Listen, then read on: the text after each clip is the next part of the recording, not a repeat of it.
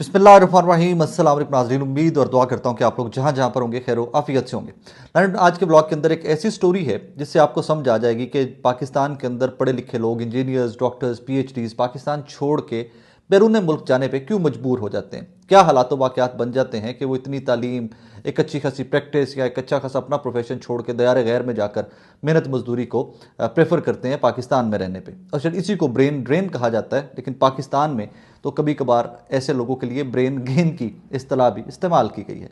Anyways, मैं story की जानिब आ जाता हूँ। पुलिस की इन्वॉल्वमेंट है, एक पेशेंट की इन्वॉल्वमेंट है और एक कंसल्टेंट डॉक्टर, एक असिस्टेंट प्रोफेसर की इन्वॉल्वमेंट है, जिसकी पूरी ज़िंदगी की मेहनत जो है या रिप्यूट जो है एट स्टेक लगा देता है एक पेशेंट। डायरेक्टली स्टोरी पे आते हैं। हमारे एक दोस्त हैं, वो भी हाफजाबाद ही के आबाई इलाके हैं, उनका रिजवान जलाल साहब नियो टेलीविजन में हेड ऑफ द प्रोग्रामिंग हैं, बड़े मंजे हुए सहाफ़ी हैं। रिजवान जलाल साहब ने चंद दिन पहले एक स्टोरी रिपोर्ट की कि जनाब लाहौर के एक डॉक्टर को एक खातून एएसपी की मदद से एक पेशेंट ने कोई 10-20 लाख रुपए उनसे ले लिए। अब क्या हुआ क्या नहीं हुआ उसकी डिटेल्स जो हैं वो मैं आपको सारी की सारी शेयर कर देता हूँ। और इनिशियली ही बता दूं कि जब ये खातून एएसपी का जिक्र आया तो बहुत सारे लोग जो लाहौर में रहते हैं या जो लाहौर में आना जाना है किसी का, तो वो समझे कि सारे कि ये खातून एएसपी शहरबानो नकवी साहिबा का गालिबन जिक्र हो रहा है। अब आगे चलेंगे तो आपको समझ आ जाएगी कि कौन सी खातून एएसपी का जिक्र हो रहा था। मार्च 2025 की कहानी है। एक डॉक्टर है, उसकी फैमिली, पेशेंट्स की फैमिली है जिसमें 8-10-15 लोगों को वो ट्रीट कर चुके हैं माजी में। कंसल्टेंट डॉक्टर हैं, वाई ब्लॉक के करीब उनका क्लिनिक है, डॉक्टर जैनुल आबिदीन उनका नाम है। तो डॉक्टर जैनुल आबिदीन ने आज खुद से इंटरव्यू दिया है और अकॉर्डिंग टू हिम वो कहते हैं जी एक फैमिली जिसके 10-15 लोगों को मैं ऑपरेट कर चुका था माजी में, उनकी आंख के मामलात या आईसाइट के मामलात के ऊपर, उन्हीं के रिकमेंडेशन के ऊपर 2 पेशेंट, एक हस्बैंड वाइफ मेरे पास आए, मैंने उनका इलाज किया, ऑपरेशन किया, 3.5 लाख रुपए उनका बिल बना। मियाँ और बीवी दोनों की सर्जरीज हुई या जो भी ट्रीटमेंट था हुआ वो। जो शौहर थे, जो हस्बैंड थे, उनका इलाज बिल्कुल ठीक हुआ, उनको कोई कंप्लेंट नहीं थी। इलाज के या सर्जरी के कुछ दिनों के बाद खातून मेरे पास वापस आई और उन्होंने कहा जी आपने तो मेरी आँख ख़राब कर दी है, मेरा ट्रीटमेंट ठीक नहीं हुआ, मैं आपको पुलिस के पास लेके जाऊँगी, मैं आपको कोर्ट और कचहरी में लेके जाऊँगी। According to doctor Zainul Abidin, वो कहते हैं कि मेरा क्लिनिक लोगों से भरा हुआ है, रोज़ आते जाते इतने क्लिनिक पे लोग आते हैं मेरे, तो मैंने वो मैस या फस से बचने के लिए मैंने कहा मैडम बताइए what do you want. And lady goes like कि जनाब आप मेरी पैसे वापस करें। कहते जी मैंने उसी टाइम के उनके ऊपर पैसे वापस करे, उन्होंने मेरे भी पैसे वापस करें, मेरे हस्बैंड के भी पैसे वापस करें। कहते हैं जी मैंने फिर फंस से बचने के लिए वो 3.5-4 लाख रुपए का जो बिल बनता था उनका, जो उनसे पैसे लिए गए थे क्लिनिक ने चार्ज किया हुआ था उनको, ऑपरेशन, सारी दवाइयों शवाइयों का, मैंने सब कुछ वापस कर दिया, चेक लिख के दे दिया उनको। अब जाती दफ़ा उस खातून ने एक और काम किया कि उन्होंने जाती दफ़ा जो कंसेंट फॉर्म होता है जब भी आप किसी सर्जरी करवाते हैं या जो कि आप मेडिकल ऑपरेशन या कोई इस तरह का होता है तो आप एक कंसेंट फॉर्म देते हैं, उन्होंने वो कंसेंट फॉर्म भी क्लिनिक से अपना वापस ले लिया, लेकर खातून चली गई। अब यहां तक आपको ये समझ आता है कि डॉक्टर साहब एट सम हाउ फॉल्ट पे होंगे कि डॉक्टर साहब से इलाज ठीक नहीं हुआ, अगर सर्जरी ठीक नहीं होगी। तो डॉक्टर जैनुल आबिदीन ने उसका भी जवाब दिया। उन्होंने कहा जी एज के हिसाब से, पेशेंट की फिजिकल कंडीशन के हिसाब से होता है कि एट टाइम्स पेशेंट 6 दिन, हफ्ता, 10 दिन में पिकअप कर जाता है, वो ठीक हो जाता है बिल्कुल। और अगर आपकी एज ज़्यादा है या आपकी वो विल पावर थोड़ी कम है तो it can take up to 4 to 6 weeks. और ये खातून उससे बहुत देर पहले ही वापस आ चुकी हुई थी, इनके हस्बैंड को कोई कंप्लेंट नहीं थी, खातून को कंप्लेंट थी। डॉक्टर जैनुल आबिदीन ने 4 लाख का चेक दे दिया, 4 लाख का चेक दे दिया। तो उसके बाद जनाब चंद दिन गुजरते हैं तो एसएचओ, डिफेंस के किसी थाने के एसएचओ, क्योंकि इनका क्लिनिक डिफेंस में है, लाहौर के इलाके वाई ब्लॉक के साथ इनका क्लिनिक है। तो जनाब डॉक्टर जैनुल आबिदीन बताते हैं कुछ दिन गुजरते हैं तो एक एसएचओ साहब तशरीफ़ लाते हैं। एसएचओ साहब वापस मेरे पास आते, कहते हैं जनाब आपको मोहतरमा एएसपी साहिबा याद कर रही हैं, किसी पेशेंट का कोई मामला है, आपके खिलाफ कोई दरखास्त आई। डॉक्टर शरीफ आदमी होएगा, डॉक्टर उठे उस टाइम वो टुर गया, वो एसपी के पास चला गया, उन्होंने कहा बताइए मैडम क्या हुक्म है। उन्होंने कहा जी ये फलां पेशेंट है, आपने उनका इलाज नहीं ठीक किया, उनका ये हो गया, उनका वो हो गया, आप उनके सारे खर्चे वापस करें। उन्होंने कहा जी मैडम के सामने बैठी हैं, आप इनसे पूछिए, मैंने इनको ऑलरेडी इनका पेमेंट दे दी हुई है। और कह जी आपने पेमेंट रिसीव कर ली। उन्होंने कहा जी हमने रिसीव कर ली है, ये 4 लाख रुपया इन्होंने हमें चेक दिया है। तो वो एएसपी साहिबा ने उन खातून से वो चेक पकड़ा, देखा, उसके ऊपर डॉक्टर जैनुल आबिदीन के जिसकी भी रेलेवेंट कोई अथॉरिटी थी उसके सिग्नेचर थे, 4 लाख रुपए की अमाउंट थी। उन्होंने वो चेक दोबारा वो खातून पेशेंट जो थी उनको दा जी आपका मामला सॉर्ट आउट हो गया। उन्होंने कहा जी सॉर्ट आउट हो गया। डॉक्टर जैनुल आबिदीन चले जाते हैं वापस। ये मार्च अप्रैल में हो रहा है सारा कुछ, ठीक है जी, 2025 के मार्च अप्रैल का ये सारा वाक्य हो रहा है। वो अपने क्लिनिक पे वापस चले गए, काम धंधा स्टार्ट कर दिया, ब्ला ब्ला ब्ला।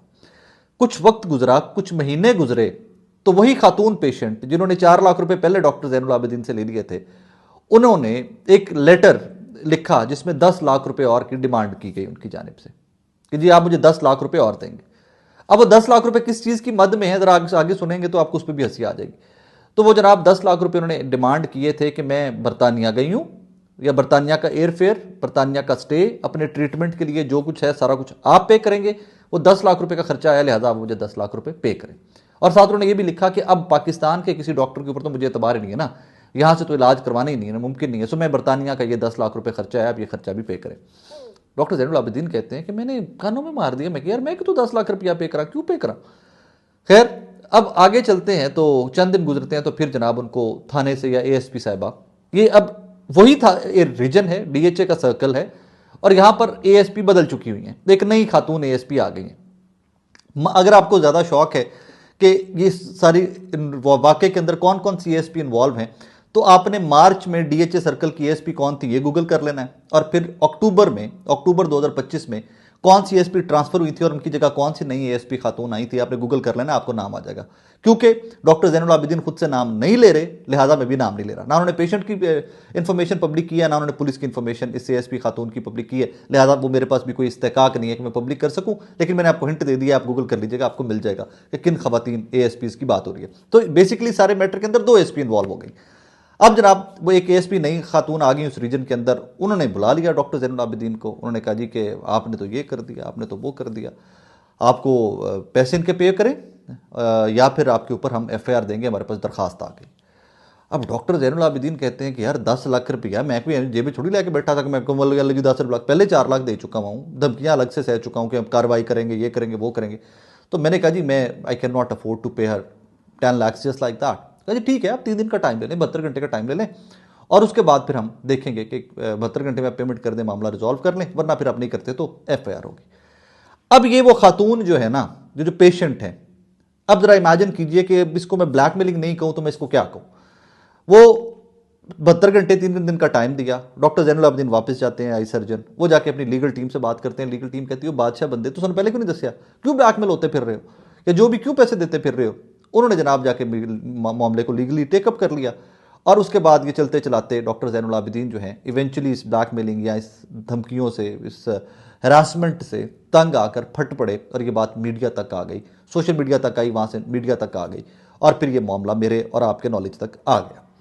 अब ये कहाँ पर है, स्ट्रेटजिस का क्या है, वो चल रहा है and all that. Doctor Zainul Abidin only wants one thing, doctor साहब वांट्स ओनली वन थिंग कि चीफ मिनिस्टर या डॉक्टर उस्मान अनवर या जो कोई इंटेलिजेंस एजेंसीज हमारी इस तरह के मैटर्स को, पुलिस की इंटरनल इंक्वायरीज और जो उनकी इंटेलिजेंस है, वो जो भी इसको इंक्वायर करता है, इन्वेस्टिगेट करता है, वो इसके ऊपर इन्वेस्टिगेट करें। और मेरी इतला ये है इस सारे मैटर के ऊपर कि ये स्टोरी वायरल होने के बाद इसके ऊपर जो भी कोई रेलेवेंट अथॉरिटी थी उसने इसके ऊपर एक्शन ले लिया हुआ है, वो इंक्वायरी कर रहे हैं कि जनाब हु इज़ एट फॉल्ट, गलत कौन है, सही कौन है, and all that. Doctor Zainul Abidin एक और ऑप्शन भी रखते हैं, वो कहते हैं कि जनाब मैं एक प्रैक्टिशनर हूँ, मैं एक असिस्टेंट प्रोफेसर भी हूँ, 19वें 20वें ग्रेड का अफसर भी हूँ, सरकारी भी मुलाजिम हूँ, और साथ में प्राइवेट प्रैक्टिस भी करता हूँ। मेरे ऊपर कोई इल्ज़ाम था, मेरे ऊपर कोई चार्ज था, तो आप जो रेलेवेंट फोरम है आप उसको इन्वॉल्व करें, police is not the relevant forum. उनको शिकवा ही ये है कि अगर मेरी मेल प्रैक्टिस है, मैंने कोई गलत ऑपरेशन कर दिया या ट्रीटमेंट गलत कर दिया, तो मेरा जो रेलेवेंट फोरम है डॉक्टर्स का, मुझे वहाँ पर लेके जाओ, पुलिस को क्यों इन्वॉल्व करके मुझे हरास किया जाता रहा। अब मेरे चंद सवाल हैं यहाँ पर। एक तो डिफेंस का इलाका है कि जो भी कोई खातून पेशेंट होंगी, आई एम श्योर कि इनकी जो सारा वो देख रहा हूँ मैं केस देखते हुए, कोई एजड खातून होंगी, कोई 50s के दरमियान में या लेट 50s मिड 50s की खातून मेरी अपनी कैलकुलेशन में होंगी। She is not a young kid और समथिंग लाइक दैट। फिर वो इतनी असर और रसूख रखती थी कि पहली एक खातून एएसपी से के साथ भी उनके ताल्लुकात थे, फिर दूजी के साथ भी उनकी हेलो हेलो निकल आती है, या वो कितनी वो खातून ताकतवर हैं कि जो भी एएसपी जाते हैं उनकी मदद करने के लिए एएसपी उसी टाइम पर रेडी हो जाते हैं। वरना हमने तो देखा हुआ है, ये डिफेंस में ही मैं भी रिहायशी हूँ, हमने तो देखा हुआ है कि यार इतने थाने भी वही थाने ने पूरे पाकिस्तान के थाने, जिस तरह बाकी पुलिस का निज़ाम है वैसे ही निज़ाम यहाँ का भी है। यहाँ चले ज़रा बेहतर कह लीजिए कि कुछ ट्रीटमेंट बेहतर होता है कि देख लेते हैं कि जो साहिल आया है वो कोई तगड़ा ना हो या कोई ज़्यादा कनेक्टेड ना हो, तो ज़रा बेहतर ट्रीटमेंट हो सकता है। सो यहाँ पर जहाँ खातून की इन्वॉल्वमेंट जो पेशेंट की है ना, उससे ज़्यादा क्वेश्चन मार्क उठाया जाना चाहिए पुलिस की इन्वॉल्वमेंट के ऊपर कि आपका एक रेलेवेंट फोरम ही नहीं है, you are not authority here. ये कोई चोरी डकैती का मामला नहीं है कि आप कहें कि मैं एफआईआर दे दूंगी, पहले पैसे रिकवर करो। नो भाई, आपने इसको, वो जो आपका पेशेंट आई थी, अगर डॉक्टर एट फॉल्ट भी था तो आपने स्ट्रेट अप रिकमेंड करा था कि मोहतरमा this is not the relevant forum, ये कमीशन है, ये पब्लिक सर्विस है, वो हेल्थ कमीशन है, वहाँ पर चली जाएंगे, जो मिनिस्ट्री में उनको कोई खत लिख दें, हेल्थ मिनिस्ट्री में वहाँ पर लिखें तो वहाँ पर आपको दाद रसी हो जाएगी। सो अब यहाँ पर मामला आ गया ब्लैकमेलिंग और असर रसूख का, कि आपने असर रसूख इस्तेमाल करते हुए एक प्रैक्टिशनर को, एक कंसल्टेंट डॉक्टर को ब्लैकमेल करने की कोशिश की है। ये सारी स्टोरी थी। लाहौर की स्टोरी है, डिफेंस की स्टोरी है, वाई ब्लॉक में क्लिनिक है। मार्च से लेकर अक्टूबर नवंबर तक ये स्टोरी चलती आ रही है और आज डॉक्टर जैनुल आबिदीन खुलकर सामने भी आ गए। बीच में तो इत्तला हमें ये भी मिली कि आज 2 बजे के करीब डॉक्टर जैनुल आबिदीन ने इस मैटर के ऊपर प्रेस कॉन्फ्रेंस करनी थी। मुझे नहीं पता कि उन्होंने की है कि नहीं की, लेकिन मुझे इत्तला ये कंफर्म थी कि आज उन्होंने करनी है। डायरेक्ट इन्फॉर्मेशन आपको बता रहा हूँ कि उन्होंने 2 बजे करनी है। लेकिन this is how it all happened. और ये आपके और मेरे पाकिस्तान के मिजाज और कल्चर को समझने के लिए बड़ी ही एक घटिया सी स्टोरी है कि हाउ लर्नड पीपल, पढ़े लिखे लोग, उनको ट्रीट कैसे किया जाता है इस मुल्क के अंदर। अपना ख्याल रखिएगा, दुआ में याद रखिएगा। अल्लाह हाफिज़।